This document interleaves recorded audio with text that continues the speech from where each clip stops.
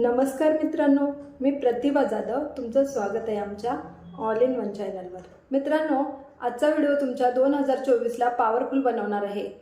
आत्तापर्यंतच्या तुमच्या प्रत्येक वर्षापेक्षा 2024 हे बेस्ट वर्ष होऊ शकते. जे पॉईंट मी या व्हिडिओमध्ये सांगणार आहे त्याचं नाव आहे विनर अँड यूज. कारण त्याने माझी लाईफ बदलली आहे, तुमची पण बदलेल, पण तुम्ही सिरियसली घेतलात तर. 5 पॉईंट आहेत, याच्यातला एक एक पॉईंट तुम्ही सोबत घेऊन जा 2024मध्ये. चला तर मग पाहूयात ऑल इन वन सोबत ते 5 पॉईंट कोणते आहेत.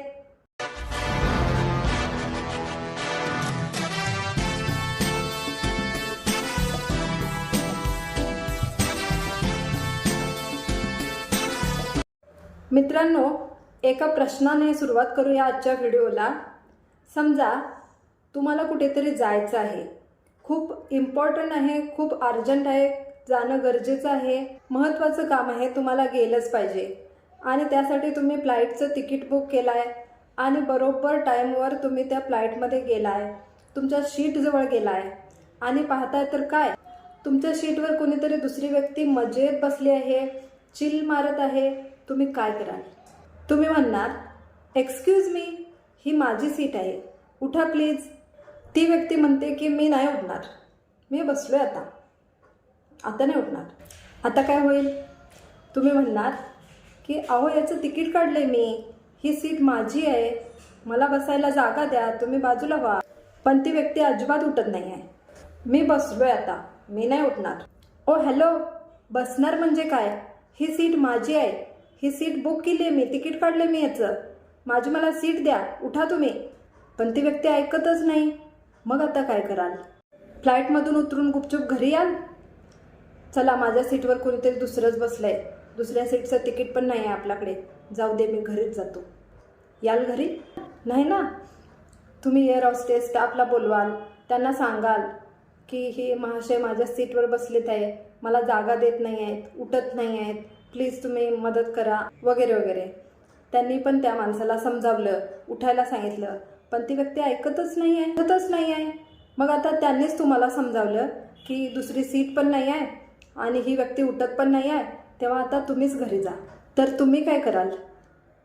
तुम्ही गपचूप घरी याल? नाही ना.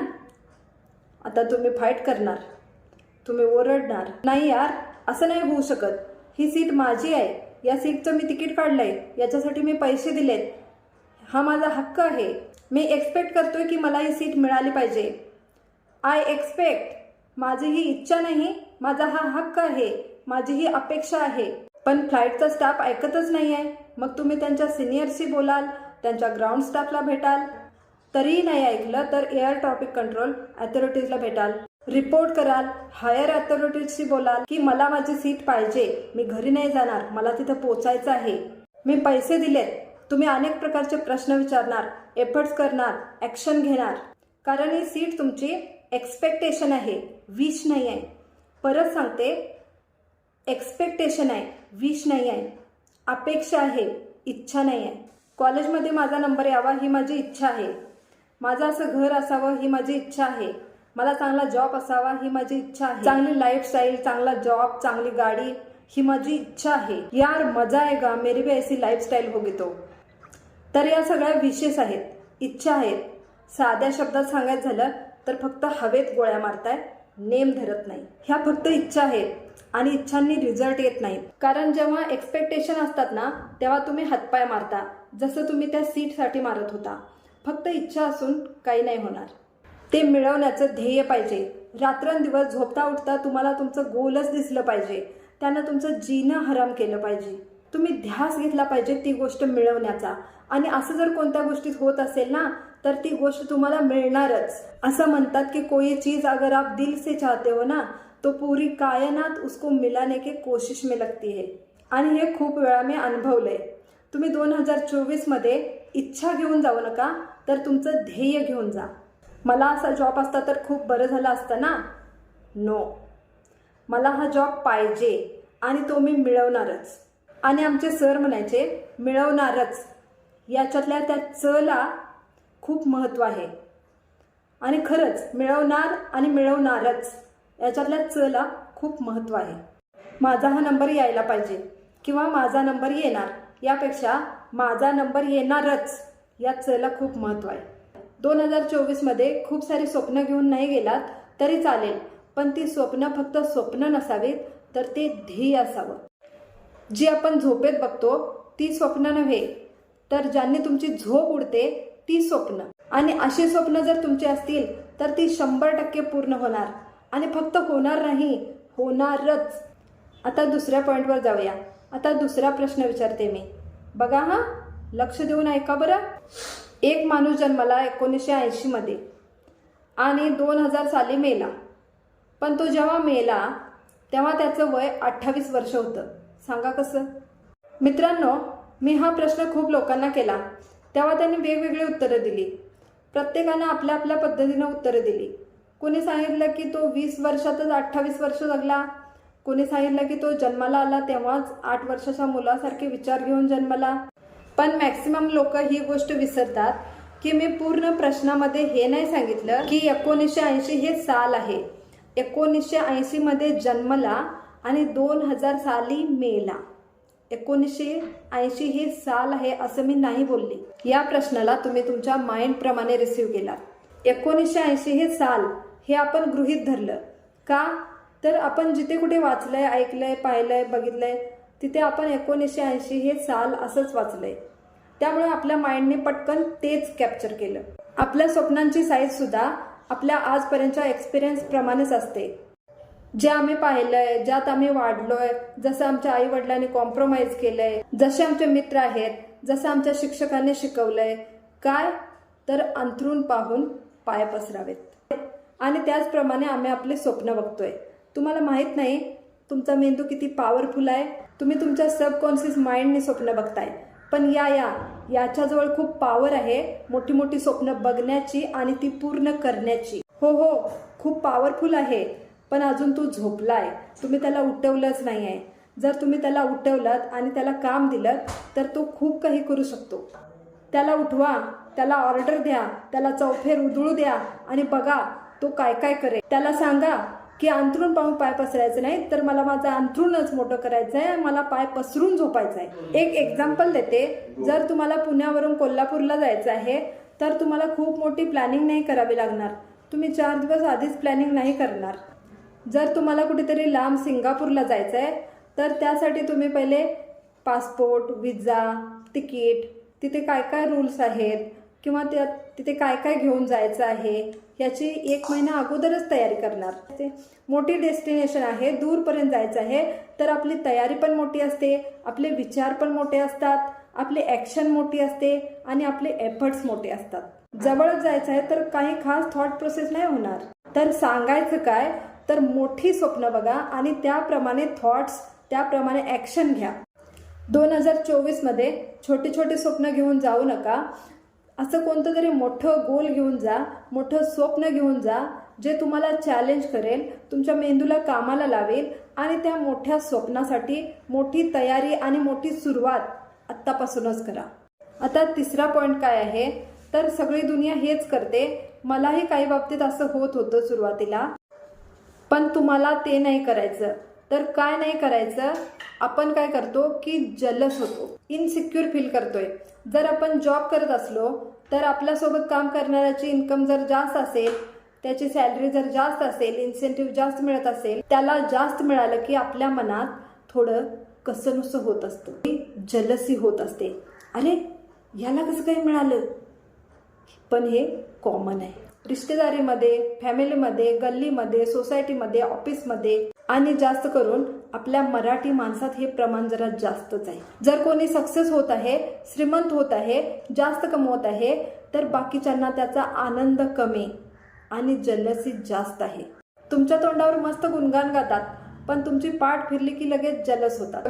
ह्याला कुठं कमी पडलंय, देव पण बघ ना, असणाऱ्याला जास्त देतो. होतं ना. पण हे कॉमन आहे, पण हे चुकीचं आहे. आम्ही इनसिक्युअर होतो. खूप साधा विचार सांगते. 2024मध्ये याला नक्की आचरणात आणा.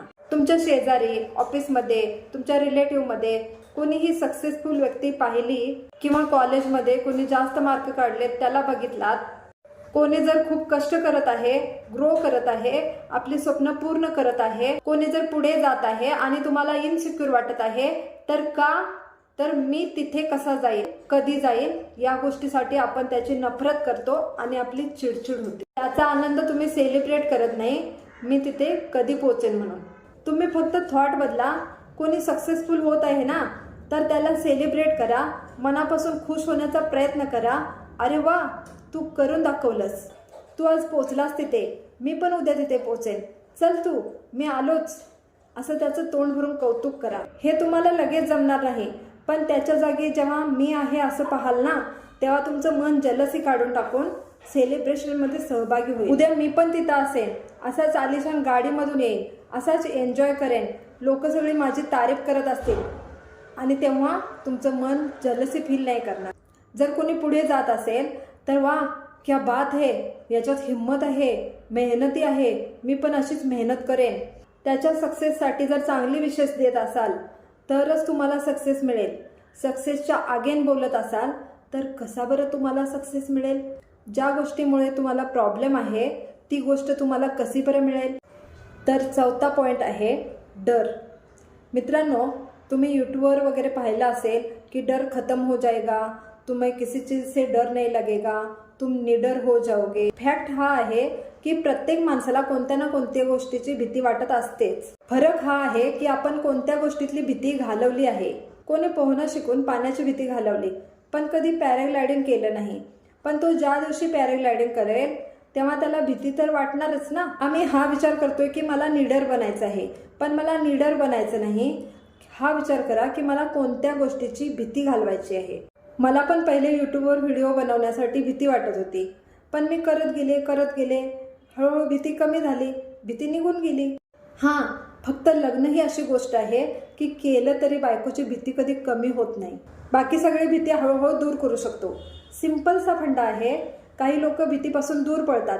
याची मला भीती वाटते, त्याची मला भीती वाटते, हे मी नाही करू शकत, ते मी नाही करू शकत. काही लोकांनी हे पाहिलं की मला कोणत्या गोष्टीची भीती वाटते आणि ती घालवायची आहे. थोडी थोडी ॲक्शन घेत गेले, भीती वाटत असताना थोडी थोडी ॲक्शन घेत गेले, भीती वाटत असून सुद्धा करत गेले आणि भीती कमी झाली. फरक हा आहे की काही लोक सोडून देतात तर काही लोक करून दाखवतात. तर काही लोक म्हणतात की नाही, मला भीती वाटते, मी नाही करणार. तर काही लोक म्हणतात की हां, मला भीती वाटते, पण तरी करून बघूया.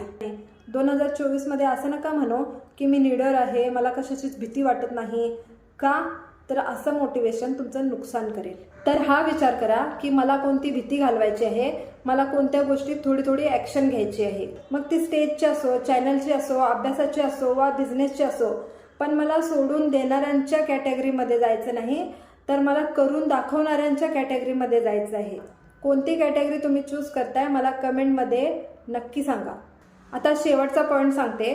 समजा एक सेल ऑर्गनायझेशन आहे, सगळ्यांना सेम प्रोडक्ट विकायचं आहे, सेम इन्सेंटिव्ह प्लॅन आहे, सेम कंपनी आहे, सेम मॅनेजमेंट आहे, सेम कॉम्पिटिशन आहे, सगळं काही सेम आहे, सिमिलर कंडिशनमध्ये आहे.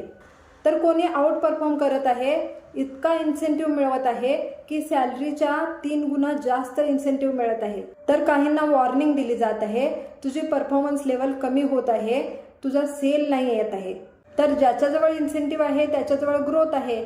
त्याचं फक्त माइंडसेट वेगळा आहे. तो शिकण्यासाठी हमेशा तयार आहे. तो सगळ्यात पुढे असतो, पार्टिसिपेट करतो, त्याने बुक्स वाचलेले असतात, त्याने यूट्यूबचे व्हिडिओ पाहिलेले असतात.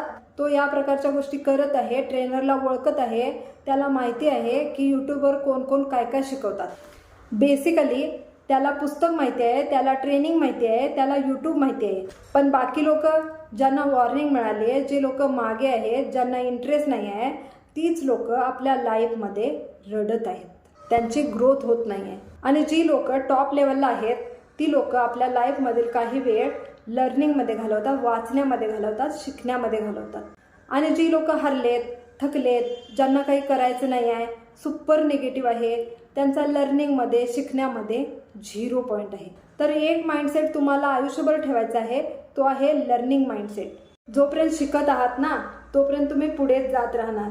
आणि 2024 तुमचा एक अजेंडा ठेवा की मला हे शिकायचं आहे, कोणतं स्किल शिकायचं आहे, कोणती पुस्तके वाचायची आहेत. पहिल्यापासून एक प्लॅन ठेवा.